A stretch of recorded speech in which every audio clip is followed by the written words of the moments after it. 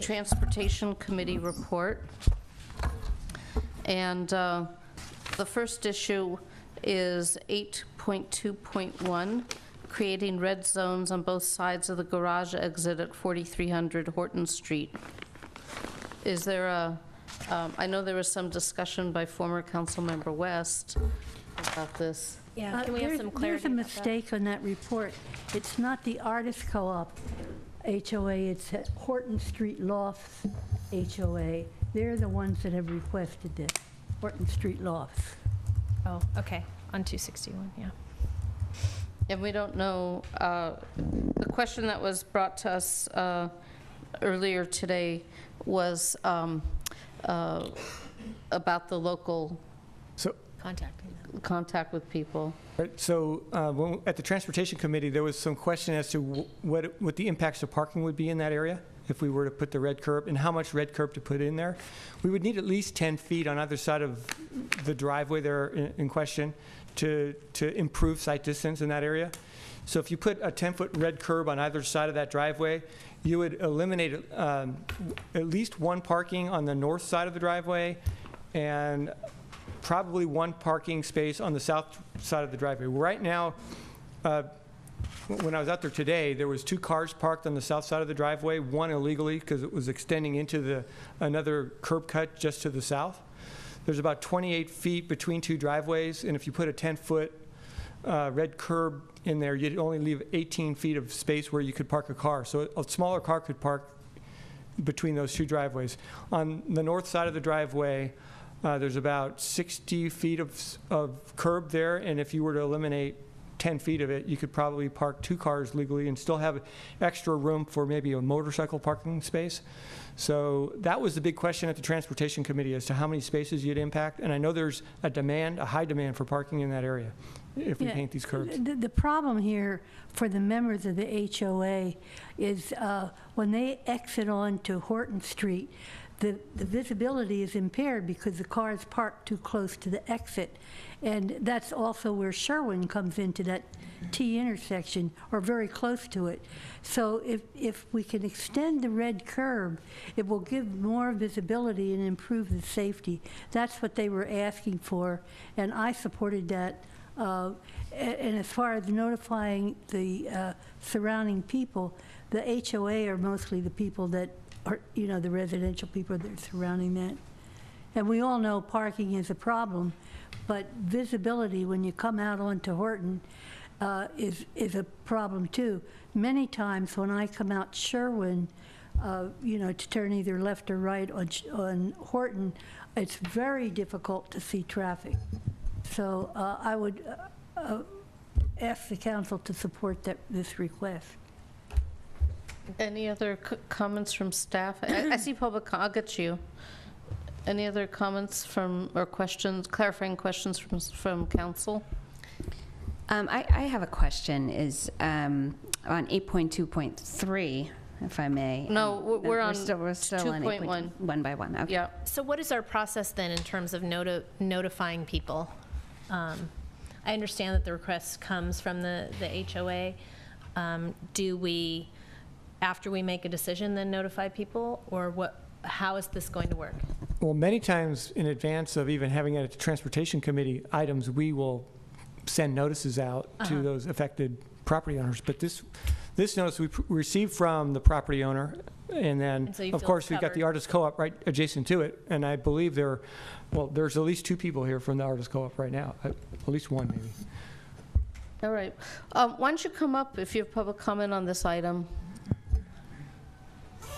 Hi, Tim Curran, 4250 Horton Street. I'm in the Artist Co-op. This parking space is directly in front of my residence.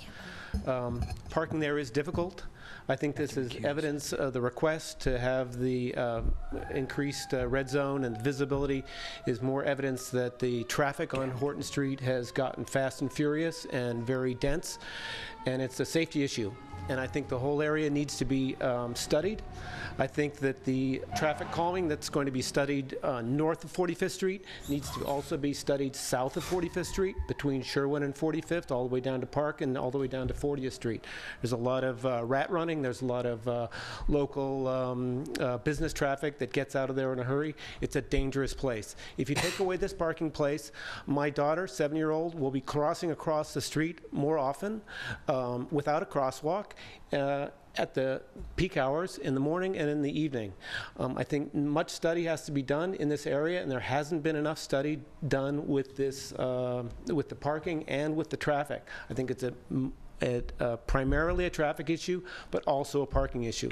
I'd also like to say that the parking spaces across the street are often flooded. The area doesn't have drainage. It's, as Public Works knows, that the area is improperly drained by with lack of storm sewer. So we have very bad parking there to begin with.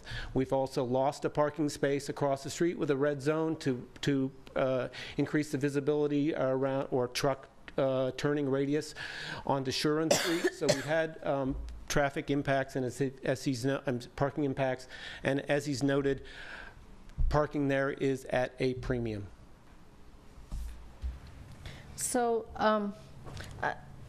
I have a suggestion, which it seems to me that when you're pulling out of the building, the sight line that's the most impaired and perhaps the most dangerous is when the driver looks to the left. So rather than to the right, because then you already have more capacity to see traffic going in the other direction. So I would suggest creating a red zone to the left as you're exiting the building, and not to the right, not both sides. South of the driveway. Yeah, Okay. exactly. I'd support. I'll tell you, Can I have I support with think that? the Horton Street loss, this has been working through the city for about 9 months. Let's go with your suggestion, Ruth. That's a good compromise.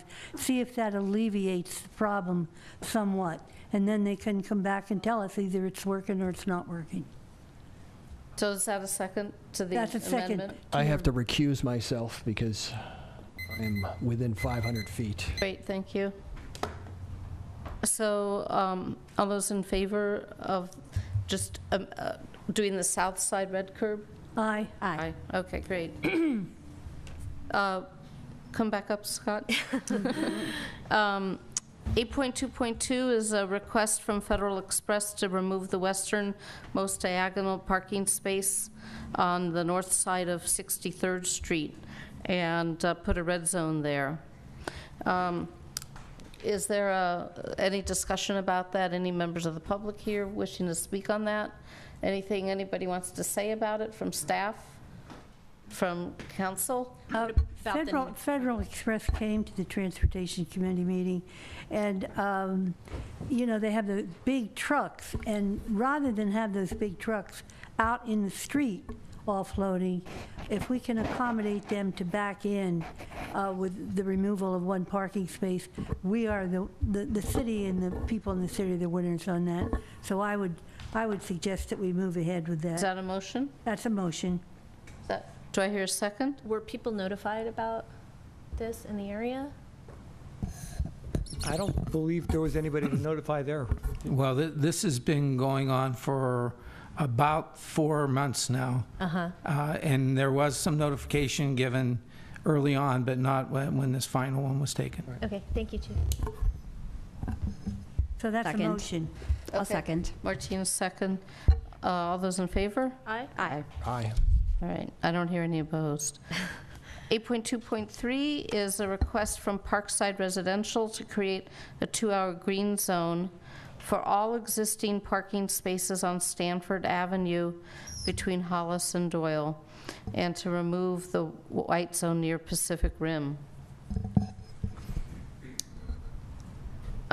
What's the rationale for this? I can report it on this. So we were receiving a lot of complaints during construction of the Parkside project that contractors are parking on the street on Stanford Avenue all day.